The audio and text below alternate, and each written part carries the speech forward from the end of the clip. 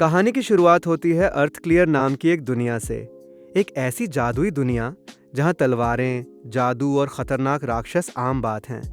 इस दुनिया में हर इंसान के पास अपना एक स्टेटस मेन्यू होता है, जिसकी मदद से वो अपना लेवल और अपनी खास क्षमताएं देख सकता है। इतना ही नहीं, वो उन्हें और बेहतर भी कर सकता है। इसी दुनिया में रहता है कोजी, एक बिल्कुल साधारण सा युवक। एक दिन वो पेड़ के नीचे बैठकर अपनी कमाई के सिक्के गिन रहा होता है कि तभी उसे अचानक एक छोटे बच्चे की चीख सुनाई देती है। एक स्लाइम मॉन्स्टर उस बच्चे पर हमला कर रहा था। बच्चा और उसका पिता बुरी तरह डर चुके थे। दोनों को लगने लगा था कि अब उनका बचना नामुमकिन है।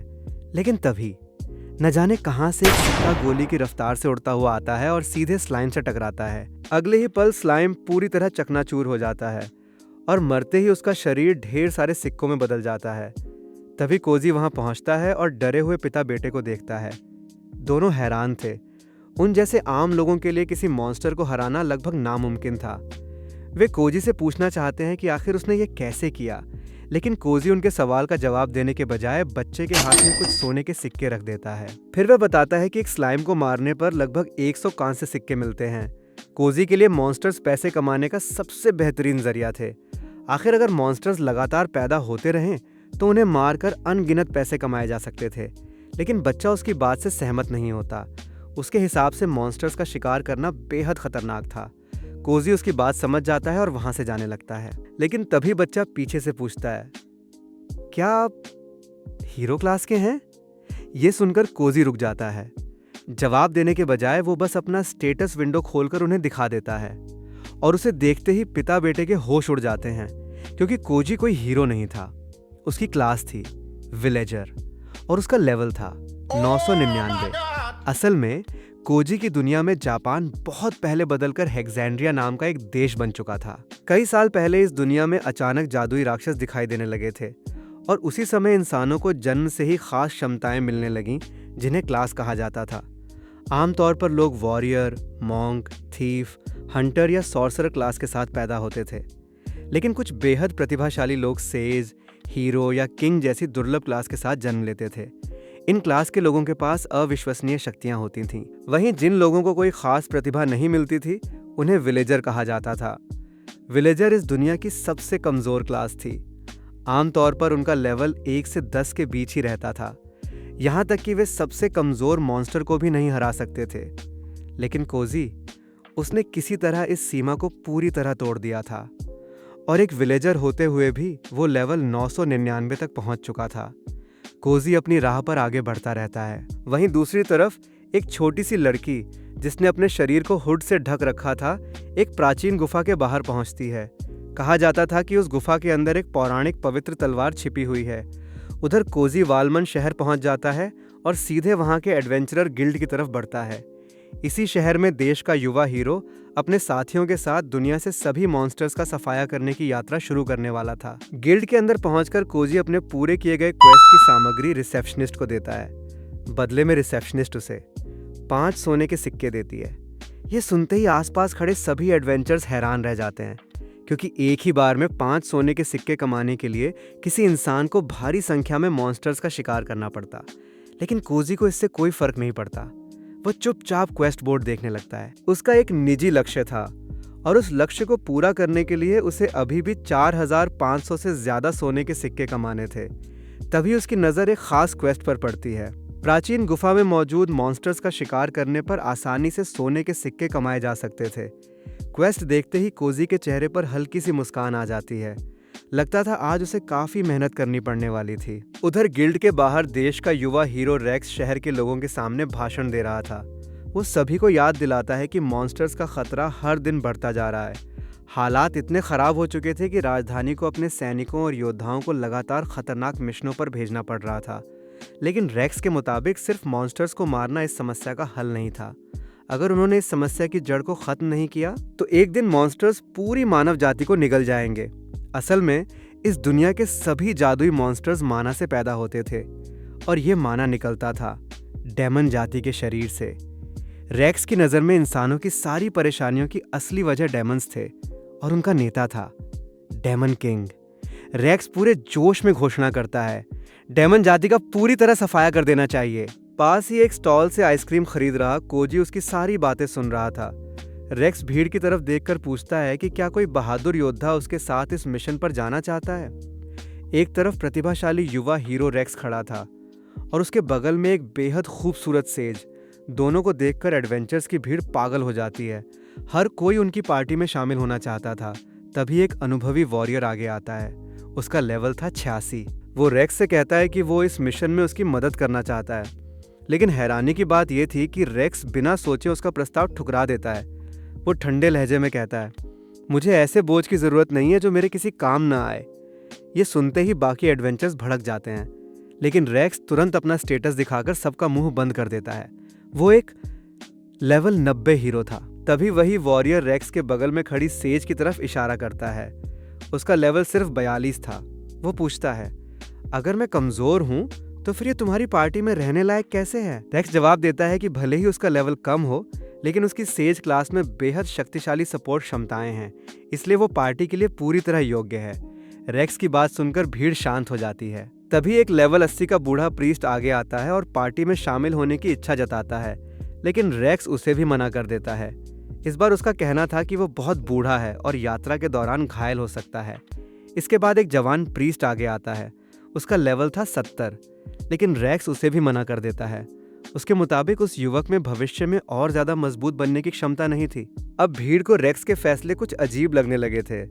तभी टीना नाम की एक शर्मीली लड़की आगे आती है। वो खुद भी पूरी तरह आश्वस्त नहीं थी, क्योंकि वो सिर्फ एक लेवल 50 प्रीस्टेस थी। भीड़ को लगता है कि रेक्स उसे भी तुरंत मना कर देगा। लेकिन तुम पार्टी में शामिल हो सकती हो। रेक्स बिना एक सेकंड सोचे उसे स्वीकार कर लेता है, और तभी सबको असली बात समझ आ जाती है। यह आदमी कोई महान धर्मात्मा हीरो नहीं था, ये तो बस एक ठरकी था। दूर खड़ा कोजी भी पूरा तमाशा देख रहा था। वो तुरंत समझ जाता है कि रेक्स शायद सिर्फ अपना नाम बनाना चाहता है। खूबसूरत लड़कियों को अपने आसपास रखो, डेमन किंग को हराओ और पूरी दुनिया में महान हीरो बन जाओ। तभी एक और खूबसूरत लड़की रेक्स की पार्टी में शामिल होने के लिए आगे आती है। लेकिन अब कोजी की इस तमाशे में कोई दिलचस्पी नहीं बची थी। वो अपनी आइसक्रीम खत्म करता है और चुपचाप वहां से चला जाता है। कुछ समय बाद कोजी प्राचीन गुफा के बाहर पहुंच जाता है। उसके दिमाग में फिलहाल सिर्फ एक ही चीज चल रही थी, पैसा। वो सोचता है कि अगर आज अच्छी कमाई हो गई तो घर लौटकर वो एक शानदार सुशी डिनर करेगा। इसी उम्मीद के साथ वो गुफा के अंदर चला जाता है।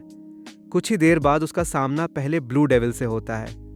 मॉन्स्टर दिखने में बेहद खतरनाक और ताकतवर था, लेकिन कोजी के लिए वो सिर्फ चलता फिरता पैसा था। एक ही वार में कोजी ब्लू डेविल को खत्म कर देता है।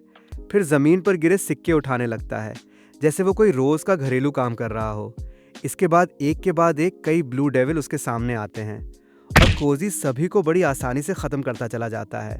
तभी एक ब्लू डेविल को मारने के बाद उससे एक सींग गिरता है। ये एक बेहद दुर्लभ और कीमती आइटम था। उस सींग से बिल्कुल डेमन्स की तरह शक्तिशाली माना निकल रहा था। कोजी को समझ नहीं आता कि आखिर इस चीज की कीमत इतनी ज्यादा क्यों है, लेकिन अगर इससे पैसे मिल रहे थे तो उसे कारण जानने में कोई खास दिलचस्पी भी नहीं थी।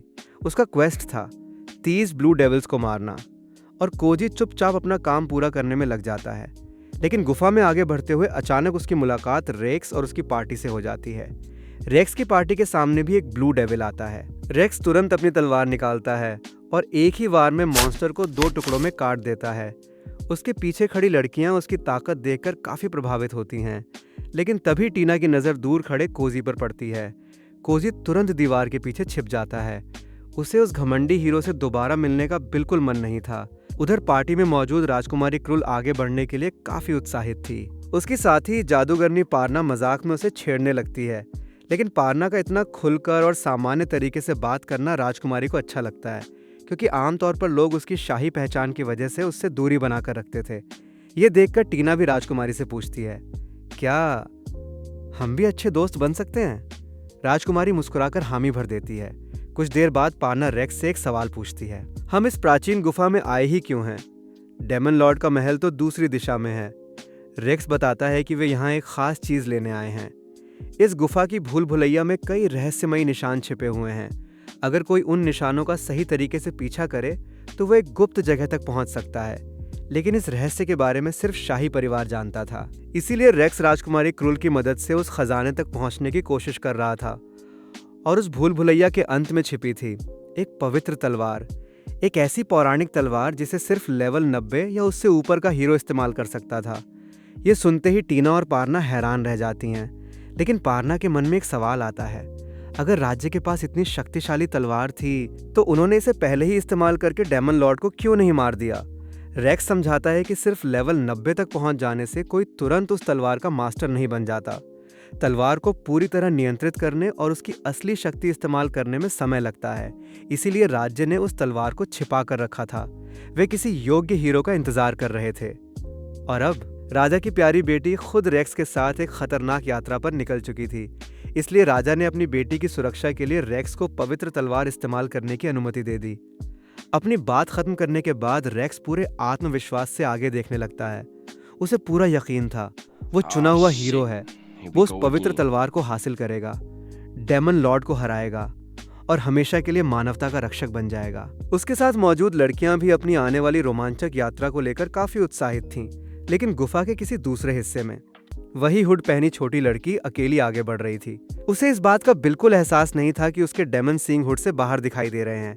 उधर कोजी एक साथ कई ब्लू डेविल से घिर चुका था, लेकिन हमेशा की तरह कुछ ही पलों में वो सभी मॉन्स्टर्स को खत्म कर देता है। उन्हें मारने के बाद कोजी एक अजीब बात नोटिस करता है। गुफा के अंदर आज सामान्य से कहीं ज्यादा मॉन्स्टर्स मौजूद थे। तभी अचानक वही हुड पहनी लड़की उसके पास से भागती हुई निकलती है। कोजी उसे देखकर आवाज लगाता है, अरे आगे ब्लू डेविल्स हैं, संभल कर। लेकिन अगले ही पल कोजी कुछ अजीब देखता है। खतरनाक ब्लू डेविल्स उस लड़की पर हमला ही नहीं करते, बल्कि वे पूरी तरह शांत रहते हैं और उसे अपने बीच से सुरक्षित गुजरने देते हैं। कोजी बाकी ब्लू डेविल्स को खत्म कर देता है, लेकिन अब उसका ध्यान मॉन्स्टर से ज्यादा उस रहस्यमयी लड़की पर था। आखिर वो थी कौन? उधर गुफा के दूसरे हिस्से में रेक्स की पार्टी की हालत खराब होने लगी थी। ब्लू डेविल्स लगातार उन पर हमला कर रहे थे। पारना हांफते हुए सोचती है कि इतनी थकान होना स्वाभाविक है। आखिर ये कोई सामान्य जगह नहीं, बल्कि एक खतरनाक डंजन था। लेकिन रेक्स को कुछ सही नहीं लग रहा था। उसके मुताबिक मॉन्स्टर्स की संख्या बिल्कुल सामान्य नहीं थी। टीना पहले राजकुमारी के घाव ठीक करती है, फिर वो रेक्स को हील करने के लिए आगे बढ़ती है, लेकिन वो चेतावनी देती है। मेरा माना लगभग खत्म हो चुका है। टीना अपनी कम स्टैमिना के लिए माफी मांगती है। साथ ही वो पारना को देखकर हैरान थी। इतने सारे मॉन्स्टर्स से लड़ने के बावजूद पारना के शरीर पर एक खरोंच तक नहीं थी। पारना मुस्कुराकर आंख मारती है। वो बताती है कि उसे इससे भी ज्यादा खतरनाक डंजन्स का अनुभव है। ये सुनकर राजकुमारी क्रूल को थोड़ा बुरा लगता है। उसे लगता है कि शायद वही इस पार्टी की सबसे कमजोर सदस्य है, लेकिन रेक्स तुरंत उसे दिलासा देता है। फिर वो सभी को याद दिलाता है। वे आखिरकार पवित्र तलवार की जगह तक पहुंच चुके थे। सभी उत्साहित होकर अंदर जाते हैं, लेकिन वहां पहुंचते ही उनके कदम रुक जाते हैं, क्योंकि पवित्र तलवार की जगह पर वही रहस्यमयी हुड पहनी लड़की खड़ी थी। राजकुमारी क्रूल तुरंत महसूस करती है कि उस लड़की के शरीर से भारी मात्रा में माना निकल रहा है। अगले ही पल पूरी पार्टी सतर्क हो जाती है। डेमन रेक्स को तुरंत समझ आ जाता है कि गुफा में इतने सारे मॉन्स्टर्स क्यों जमा हुए थे। वे सभी इस लड़की के माना से आकर्षित होकर यहाँ आए थे, लेकिन तभी रेक्स की नजर उस जगह पर पड़ती है जहाँ पवित्र तलवार होनी चाहिए थी। तलवार गायब थी। रेक्स तुरंत लड़की पर आरोप लगाता है, तुमने पवित्र तलवार चुराई है। लड़की घबराकर कहती है, नहीं, जब मैं यहाँ पहुंची तब तलवार पहले से ही गायब थी। लेकिन रेक्स उसकी एक बात सुनने को तैयार नहीं था। सामने एक छोटी बच्ची खड़ी थी। फिर भी हीरो की पार्टी ने उस पर कोई दया नहीं दिखाई। रेक्स के नेतृत्व में सभी एक साथ उस बेबस लड़की पर हमला कर देते हैं। डर के मारे लड़की अपनी आंखें बंद कर लेती हैं, लेकिन उनके हमले लड़की तक पहुंच पाते उससे पहले एक बेहद तेज परछाई अचानक उसके पास पहुंच जाती है। धड़ाम! सभी हमलों के टकराने से एक बड़ा विस्फोट होता है। चारों तरफ धुआं फैल जाता है। रेक्स और उसकी पार्टी ध्यान से सामने देखते हैं, और जैसे ही धुआं हटता है सभी की आंखें हैरानी से फैल जाती हैं। वो छोटी लड़की पूरी तरह सुरक्षित थी और उसके बगल में खड़ा था कोजी। कोजी गुस्से में उनकी तरफ देखता है। एक छोटी बच्ची पर हमला करते हुए तुम्हें शर्म नहीं आती? रेक्स कोजी को देखकर हैरान था। इतने शक्तिशाली हमलों को उसने आखिर रोका कैसे? रेक्स तुरंत पूछता है, तुम्हारी क्लास क्या है? कोजी बिल्कुल सामान्य तरीके से जवाब देता है, मैं तो बस एक साधारण विलेजर हूँ। रेक्स उसकी बात पर बिल्कुल विश्वास नहीं करता। उसे लगता है कि कोजी ने जरूर किसी जादुई आइटम की मदद से उनके हमले रोके हैं, लेकिन कोजी साफ कहता है, नहीं, मैंने खुद रोका है। और अपनी बात साबित करने के लिए वो अपना स्टेटस विंडो दिखा देता है। राजकुमारी उसकी बात स्वीकार कर लेती है, लेकिन अब उसके सामने एक और सवाल था। अगर तुम इंसान हो तो एक डेमन को क्यों बचा रहे हो? ये सुनते ही कोजी घबरा जाता है। कुछ सेकंड सोचने के बाद वो अचानक लड़की को अपने पास खींचता है। डेमन? कैसी डेमन? ये तो मेरी छोटी बहन है। सभी हैरान होकर उसे देखते हैं। कोजी लड़की के सींगों की तरफ इशारा करता है। ये सींग? अरे ये तो बस फैशन एक्सेसरी हैं। सभी के चेहरे पर एक ही सवाल था, क्या? अपनी कहानी को और मजबूत बनाने के लिए कोजी तुरंत अपना एडवेंचर क्वेस्ट दिखाता है। वो बताता है कि वो अपनी छोटी बहन के साथ यहाँ मॉन्स्टर्स का शिकार करने आया था। फिर वो ब्लू डेविल से मिले सींग भी उन्हें दिखाता है। उन सींगों से भी बिल्कुल डेमन्स जैसा माना निकल रहा था। रेक्स और उसकी पार्टी कुछ देर तक शक की नज़र से उसे देखते हैं, लेकिन आखिरकार वे उसकी बेकार सी कहानी पर विश्वास कर लेते हैं। फिर भी रेक्स का एक सवाल बाकी था। अगर तुम यहाँ सिर्फ मॉन्स्टर्स का शिकार करने आए हो तो पवित्र तलवार कहाँ है? कोजी कुछ सेकंड तक चुप रहता है। फिर अचानक उसे कुछ याद आता है। ओह, वो तलवार? असल में कुछ समय पहले कोजी को यहाँ एक तलवार पड़ी मिली थी। उसे लगा कोई बेकार चीज होगी, इसलिए उसने उसे कुछ सिक्कों के बदले बेच दिया था। ये सुनते ही रेक्स का चेहरा गुस्से से लाल हो जाता है। तुमने क्या किया? वो तलवार शाही परिवार की थी।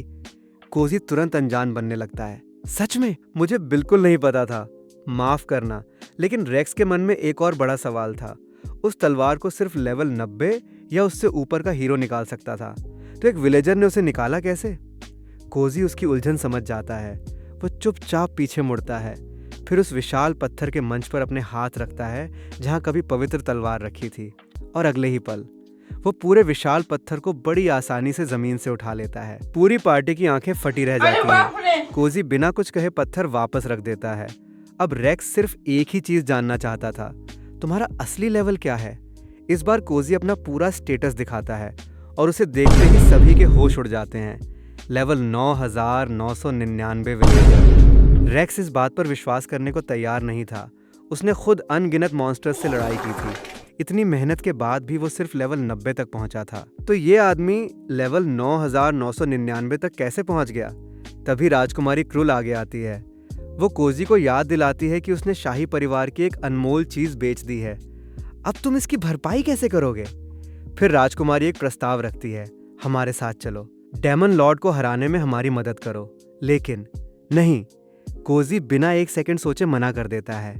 रेक्स को लगता है कि यह आदमी जिंदगी का सबसे बड़ा मौका ठुकरा रहा है। कोजी चाहे तो अकेले ही डेमन लॉर्ड को हरा सकता था, लेकिन कोजी को ऐसी किसी चीज में दिलचस्पी नहीं थी। वो साफ कहता है, मेरी जिंदगी का सिर्फ एक मकसद है, पैसे कमाना और आराम से जिंदा रहना। डेमन लॉर्ड ने मेरा कुछ नहीं बिगाड़ा, तो मैं बिना वजह उससे क्यों लड़ूं? कोजी की बात सुनकर छोटी लड़की हैरान हो जाती है। राजकुमारी क्रुल फिर पूछती है, क्या धन और प्रसिद्धि भी तुम्हारे लिए काफी नहीं है? कोजी सिर हिला देता है। तभी राजकुमारी अपना आखिरी दांव खेलती है, अगर तुम हमारे लोगों के लिए डेमन लॉर्ड को हरा देते हो तो मैं तुमसे शादी कर लूंगी। ये सुनते ही रेक्स विरोध करने लगता है, लेकिन उससे पहले ही नहीं चाहिए। कोजी राजकुमारी का प्रस्ताव भी ठुकरा देता है बिना किसी झिझक के। कोजी मानता था कि हीरो की पार्टी बुरी नहीं है, लेकिन उसे दुनिया की शोहरत और महान उपलब्धियों में कोई दिलचस्पी नहीं थी। इतना ही नहीं, उसे राजकुमारी की बातें थोड़ी पाखंडी भी लगती थीं। वो दूसरों की तकलीफ की बात कर रही थी, लेकिन खुद कई लोगों के दर्द को नजरअंदाज कर रही थी। इतना कहकर कोजी उस छोटी लड़की के साथ वहां से जाने लगता है, लेकिन रेक्स के पास से गुजरते हुए वो अचानक रुक जाता है। कोजी गंभीर नजरों से उसकी तरफ देखता है, फिर धीमी लेकिन डरावनी आवाज में कहता है, तुम्हें अभी तक पता ही नहीं है कि ये दुनिया असल में कैसे काम करती है। इतना कहकर कोजी आगे बढ़ जाता है और उस रहस्यमयी छोटी लड़की को अपने साथ लेकर गुफा से बाहर निकल जाता है। गुफा से बाहर निकलने के बाद कोजी उस लड़की से अलग होकर अपने रास्ते जाने लगता है, लेकिन तभी लड़की अचानक उससे कहती है, मुझसे शादी कर लो। कोजी के कदम वहीं रुक जाते हैं। वो पीछे मुड़कर लड़की को देखता है, फिर बिना किसी झिझक के कहता है, बिल्कुल नहीं। इतना कहकर वो दोबारा आगे बढ़ने लगता है, लेकिन लड़की इतनी आसानी से हार मानने वाली नहीं थी। वह तुरंत उसके पीछे भागती है और लगातार उसे मनाने की कोशिश करने लगती है। कोजी परेशान होकर कहता है, देखो, मुझे तुम्हारे जैसी छोटी बच्ची से शादी करने में कोई दिलचस्पी नहीं है। मुझे बड़ी और समझदार औरतें पसंद हैं, और जिनका फिगर। कोजी अपने हाथों से हवा में एक अजीब सा आकार बनाता है, कुछ ऐसा हो। लेकिन लड़की फिर भी हार नहीं मानती। आज शादी करने की जरूरत नहीं है, मैं 3 साल इंतजार कर सकती हूँ। फिर कुछ सोचकर वो जोड़ती है, या उससे भी ज्यादा, बस मुझसे वादा कर दो कि एक दिन तुम मुझसे शादी करोगे। कोजी फिलहाल उसकी शादी वाली बात को पूरी तरह नजरअंदाज कर देता है। इसके बजाय वो लड़की से एक सवाल पूछता है, तुम उस पवित्र तलवार को ढूंढ क्यों रही थी? ये सुनते ही लड़की के चेहरे की खुशी गायब हो जाती है। वो धीरे से बताती है, मेरे पिता बहुत बीमार हैं। लड़की को डर था कि अगर किसी हीरो को पवित्र तलवार मिल गई तो वो उसके पिता को मार देगा। कोजी उसकी बात सुनकर थोड़ा सोचता है, अगर कोई हीरो उसके पिता को मारना चाहता था तो जाहिर है उसके पिता कोई आम इंसान नहीं थे। कोजी उत्सुक होकर पूछता है, तुम्हारे पिता आखिर हैं कौन? लड़की कुछ देर घबराती है, फिर हिम्मत जुटाकर सच बता देती है, मैं डेमन किंग की बेटी हूँ। कोजी उसकी तरफ देखता है। वो थोड़ा हैरान जरूर था, लेकिन उतना नहीं जितना लड़की ने उम्मीद की थी। कोजी सामान्य आवाज में कहता है, अच्छा, मैं तुम्हारे पिता से पहले कई बार मिल चुका हूँ। क्या? इस बार हैरान होने की बारी लड़की की थी। उसे अचानक लगता है कि शायद यही वजह थी कि कोजी ने हीरो की पार्टी के साथ जाकर डेमन किंग को मारने से मना कर दिया। लेकिन कोजी तुरंत उसकी गलतफहमी दूर कर देता है, नहीं, उस वजह से मैंने मना नहीं किया। असल में कोजी को सच में लगता था कि डेमन किंग को मारने से कुछ भी ठीक नहीं होगा। न दुनिया की समस्याएं खत्म होंगी और ना ही दुनिया अचानक एक बेहतर जगह बन जाएगी।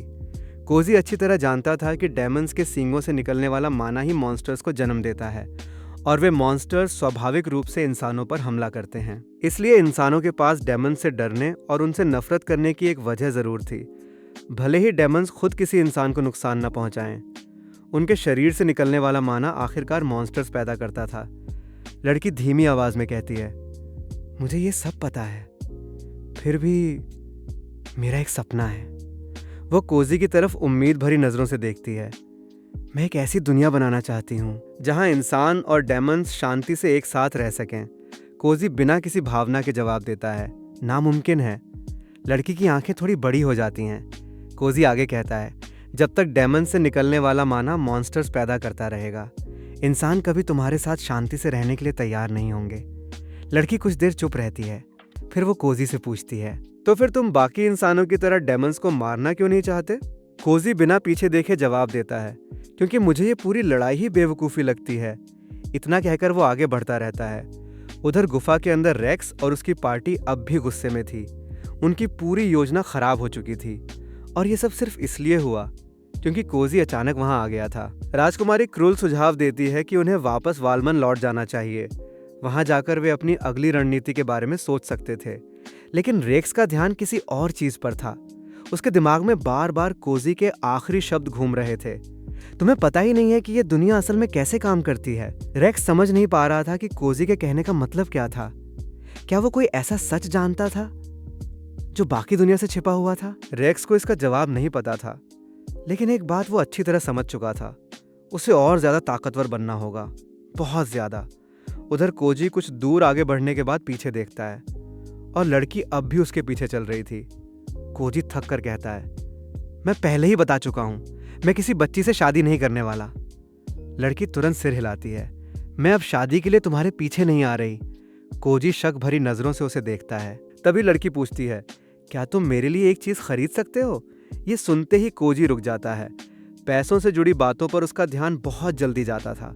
लड़की बताती है कि वो एक खास दवा ढूंढ रही है। उस दवा का नाम था स्पिरिट्स ब्लेसिंग पोशन। उसने सुना था कि यह दवा इसी शहर में मिलती है। लड़की गर्व से अपनी जमा की हुई रकम दिखाती है, मेरे पास पूरे 500 चांदी के सिक्के हैं, मुझे बस इसे खरीदने में तुम्हारी थोड़ी मदद चाहिए। कोजी कुछ सेकंड तक उसे देखता रहता है, फिर सीधे कहता है, 500 चांदी के सिक्के? इतने में तो तुम उसके आसपास भी नहीं पहुंच सकती। लड़की की मुस्कान गायब हो जाती है। कोजी बताता है कि स्पिरिट्स ब्लेसिंग पोशन की असली कीमत 10 सोने के सिक्के है। ये सुनते ही लड़की के होश उड़ जाते हैं। कोजी उससे कहता है, छोड़ दो, तुम इसे नहीं खरीद सकती, अपने घर वापस चली जाओ। इतना कहकर कोजी फिर से जाने लगता है, लेकिन तभी लड़की पीछे से पूछती है, क्या तुम बाकी पैसे मुझे उधार दे सकते हो? कोजी रुक जाता है। लड़की की आवाज़ अब गंभीर थी, मुझे अपने पिता को बचाना है। उसे डर था कि अगर डेमन किंग मर गया तो इंसान वहीं नहीं रुकेंगे, वे बाकी सभी डेमन्स का भी शिकार करना शुरू कर देंगे। कोजी उसकी बात सुनकर कहता है, मान लो तुमने इस बार अपने पिता को बचा भी लिया, तो क्या बदल जाएगा? इंसान फिर उनका शिकार करेंगे, बार बार कोशिश करेंगे और एक दिन शायद उन्हें मारने में सफल भी हो जाएंगे। कोजी को लगता है कि इन सब की वजह से लड़की इंसानों से नफरत करती होगी, लेकिन लड़की धीरे से कहती है, मैं इंसानों से नफरत नहीं करती। कोजी उसकी तरफ देखता है। लड़की आगे कहती है, नफरत से कभी कुछ ठीक नहीं होगा, इसीलिए मैंने अपनी जिंदगी का एक लक्ष्य बनाया है। मैं एक ऐसा भविष्य बनाऊंगी जहां इंसान और डेमन सच में एक साथ शांति से रह सकें। इस बार कोजी कोई मजाक नहीं करता। वो कुछ देर तक लड़की को देखता रहता है। उसकी बातें सुनकर आखिरकार कोजी अपना फैसला बदल देता है। ठीक है। लड़की हैरानी से उसकी तरफ देखती है। मैं तुम्हारे लिए पोषण खरीद दूंगा। लड़की का चेहरा खुशी से चमक उठता है। लेकिन शहर जाने से पहले कोजी उसके पास आता है। वो एक खास कपड़ा निकालता है और लड़की के सींगों के चारों तरफ लपेट देता है। लड़की हैरानी से पूछती है, ये क्या है? कोजी समझाता है कि यह कोई साधारण कपड़ा नहीं है।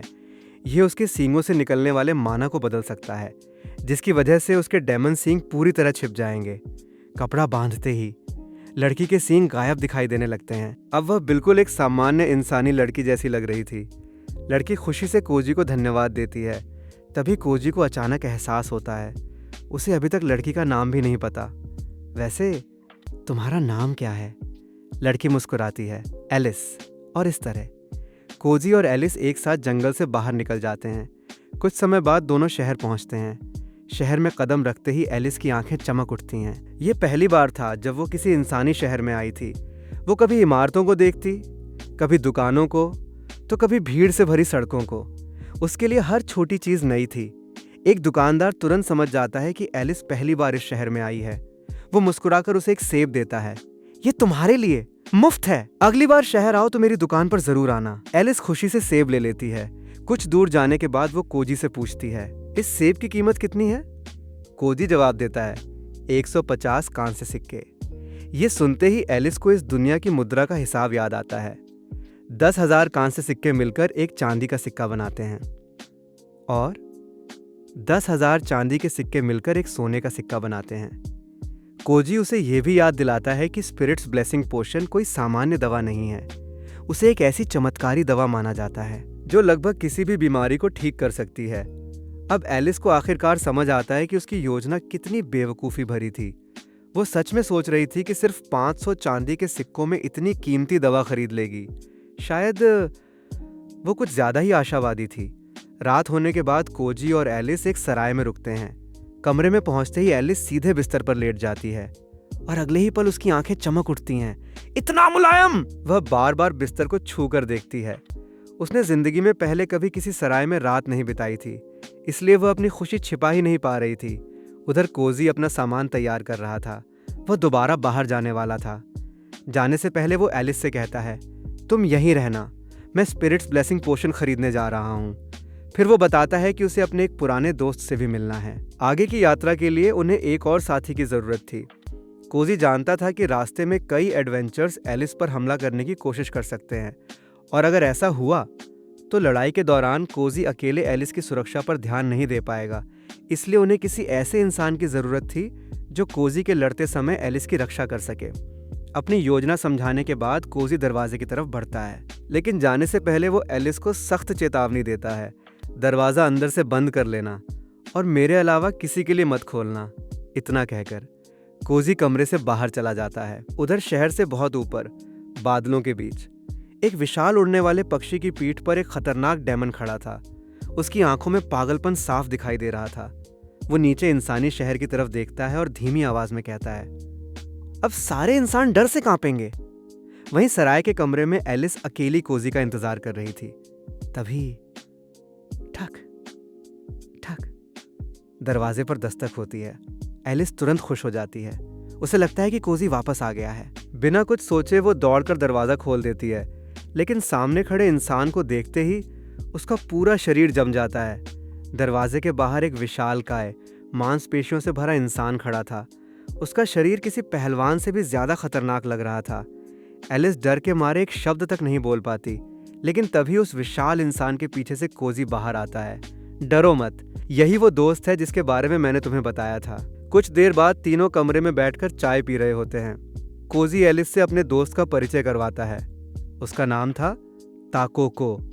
ताको को बताती है कि वो एक लेवल 124 मॉन्क है।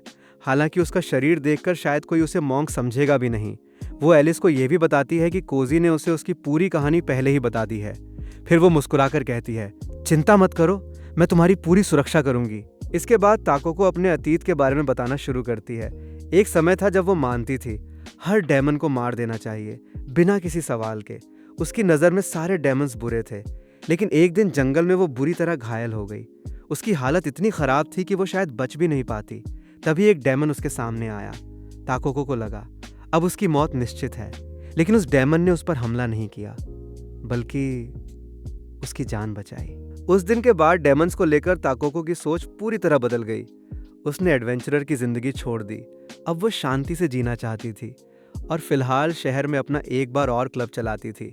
ताकोको एलिस के साथ जल्दी दोस्ती करना चाहती थी, इसलिए वो अचानक कहती है, चलो हम दोनों साथ में नहाने चलते हैं। ये सुनते ही एलिस का चेहरा घबराहट से भर जाता है। साथ में? एलिस को लगता है कि किसी आदमी के साथ नहाना बेहद अजीब होगा, लेकिन तभी कोजी उसकी गलतफहमी दूर करता है। अरे ताकोको आदमी नहीं है।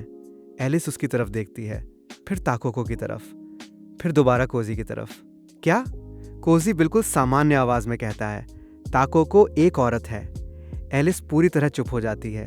वो ताकोको के विशाल शरीर और मजबूत छाती की तरफ देखती है, लेकिन इनकी छाती तो किसी आदमी जैसी सख्त है। कोजी तुरंत समझाना शुरू करता है, असल में इसने इतनी ज्यादा ट्रेनिंग की कि इसके शरीर की सारी ब्रेस्ट फैट जलकर।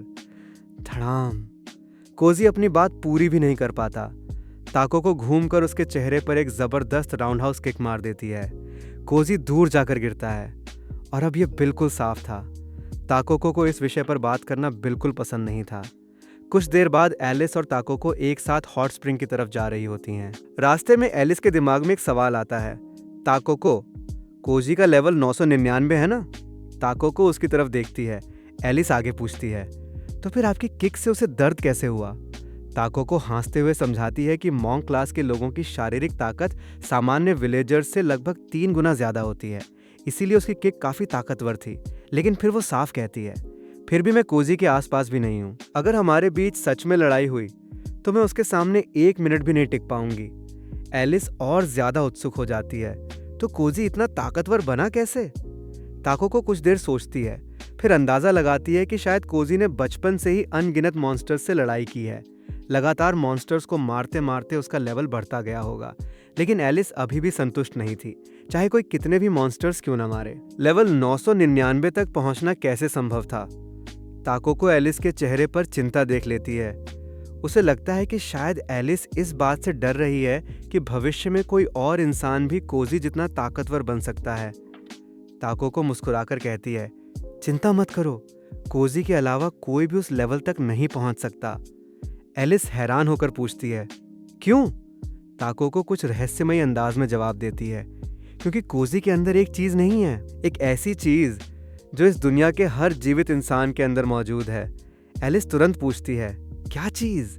लेकिन ताकोको सिर्फ मुस्कुरा देती है, अगर हमारे साथ यात्रा करती रही तो बहुत जल्द खुद जान जाओगी। लेकिन तभी धड़ाम, शहर के किसी हिस्से से जोरदार आवाज आती है, फिर एक और धड़ाम। लोग घबराकर आसमान की तरफ देखने लगते हैं, और जो नजारा उनके सामने था वो किसी के भी होश उड़ाने के लिए काफी था। आसमान से जंगली सूअर गिर रहे थे। हाँ, विशाल और खतरनाक जंगली सूअर सच में आसमान से शहर पर गिर रहे थे। वही डेमन अपने विशाल उड़ने वाले पक्षी की मदद से उन्हें शहर के ऊपर से नीचे फेंक रहा था। वो आसमान से जोर से घोषणा करता है, सुनो इंसानों, ये युद्ध की घोषणा है। आज से डेमन किंग की सेना मानवता के खिलाफ अपना पूर्ण युद्ध शुरू करती है। जमीन पर गिरते ही विशाल मॉन्स्टर्स शहर में तबाही मचाने लगते हैं। वे घरों को तोड़ते हैं, सड़कों पर दौड़ते हैं और मासूम नागरिकों पर हमला करना शुरू कर देते हैं। चारों तरफ चीख पुकार मच जाती है। एलिस ये सब देखकर चुप हो जाती है। उसके चेहरे पर दुख साफ दिखाई दे रहा था। वो इंसानों और डेमन्स को एक साथ शांति से रहते देखना चाहती थी, लेकिन इस हमले ने दोनों जातियों के बीच की दूरी और भी ज्यादा बढ़ा दी थी। उधर कोजी भी हमला होते देख चुका था, लेकिन वो घबराता नहीं है और ना ही किसी जादू का इस्तेमाल करता है। वो सीधे एक विशाल जंगली सूअर के पास जाता है, उसे पकड़ता है और पूरी ताकत से आसमान में फेंक देता है। फिर दूसरा, फिर तीसरा।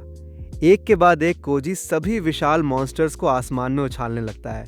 उसके दिमाग में अभी भी एक अलग ही हिसाब चल रहा था। बाद में इनके माना स्टोन्स इकट्ठा कर लूंगा, गिल्ड से अच्छा पैसा मिलेगा। आसमान में खड़ा डेमन ये सब देखकर हैरान रह जाता है।